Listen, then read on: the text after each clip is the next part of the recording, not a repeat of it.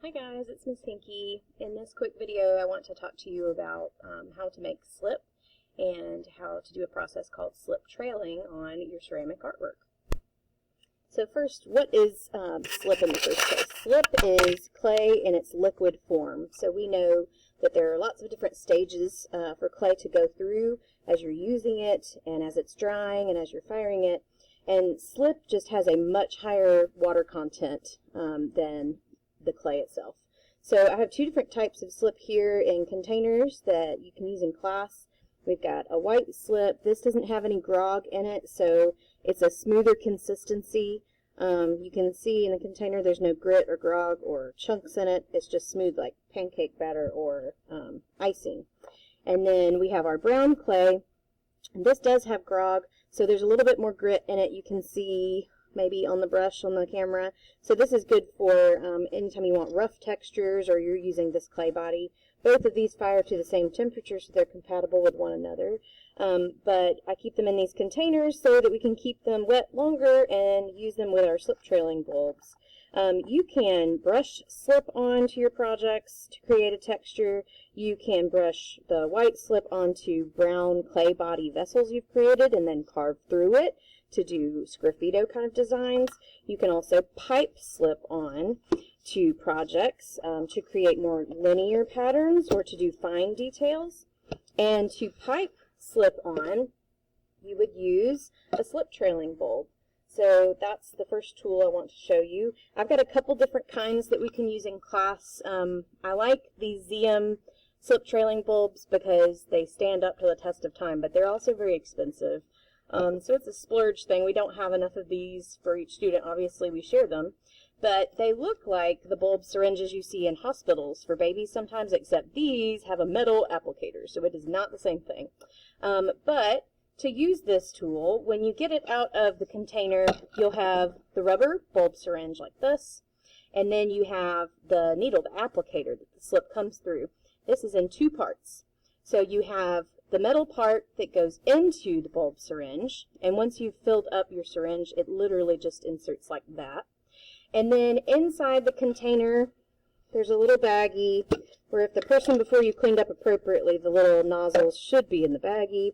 But you'll see different colored applicator tips, and the colors associate with the size of the needle at the end of the tip. I like to use, because I'm using a thicker slip, I like to use the wider needle, which is the dark green color on the end of the needles. So these should all, they go missing easily since they're so small, and we don't want those to get mixed in with our clay or our slip, so keep them in the baggie. I also have two other bottles just so that more students can slip trail at one time. These are cheap and they're kind of like puff paint bottles almost, but we use them for our slip. I got these on Amazon, and that's a pretty fine tip also. You just don't have the different size needles you can put on that. And then I also found these on Amazon, and these do have different size tips at the end.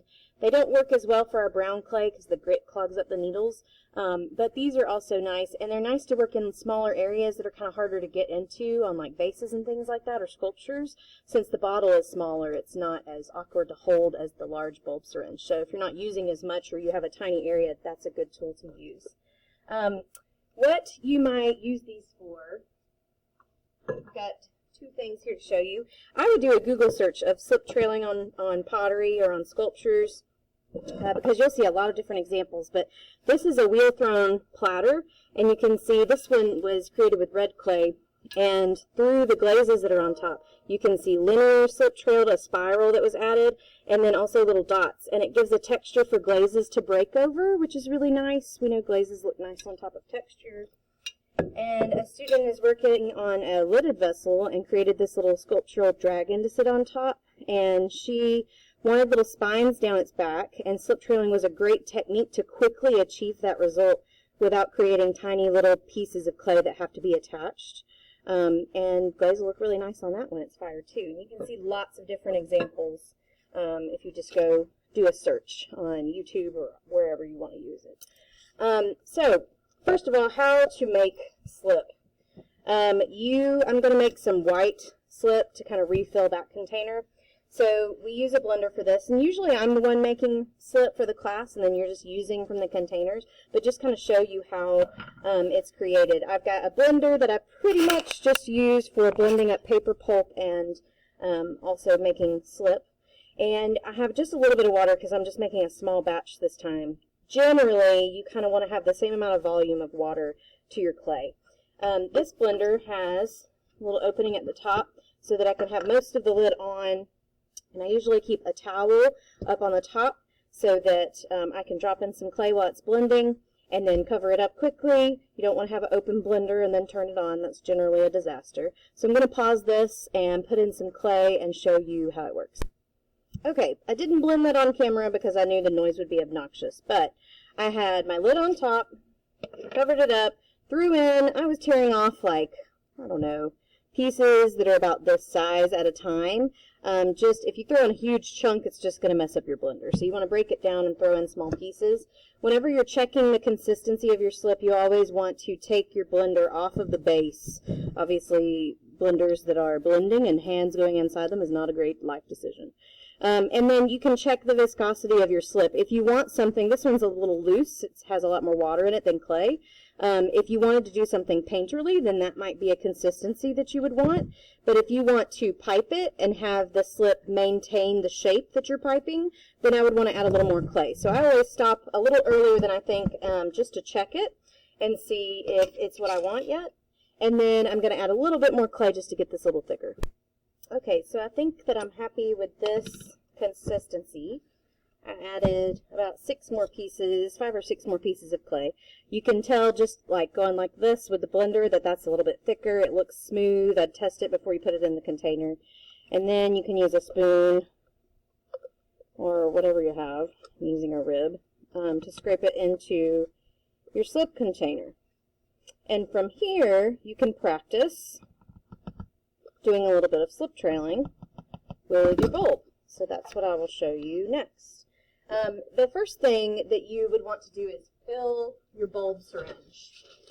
So I already have some slip in this one, but I'll show you how you can add a little bit more.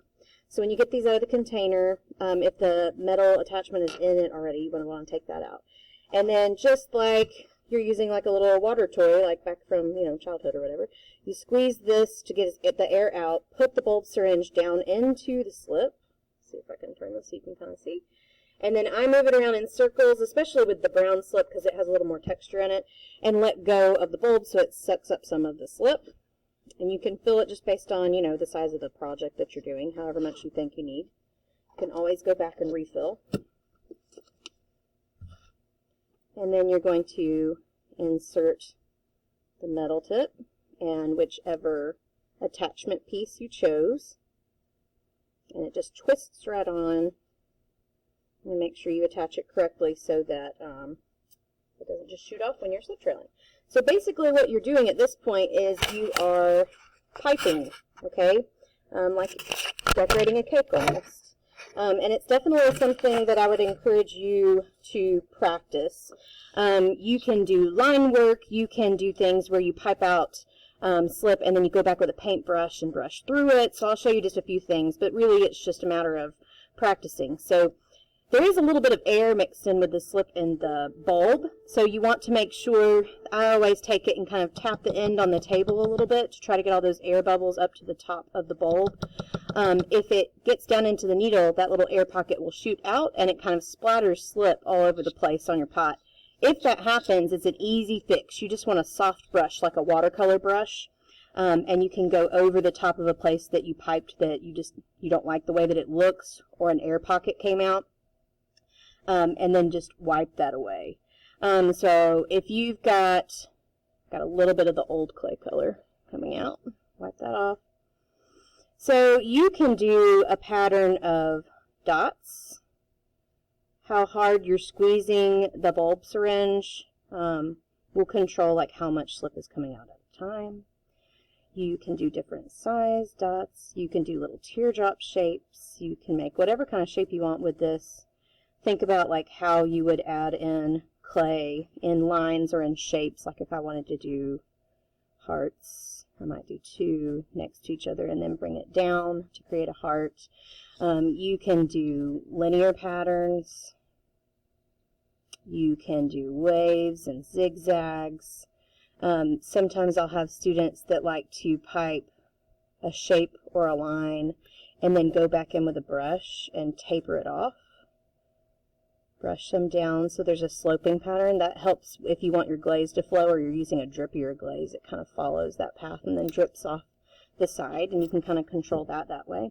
So you can look up some examples. I have students usually practice dots, shapes, some line designs, and practice things like signing their name, because we're used to doing that.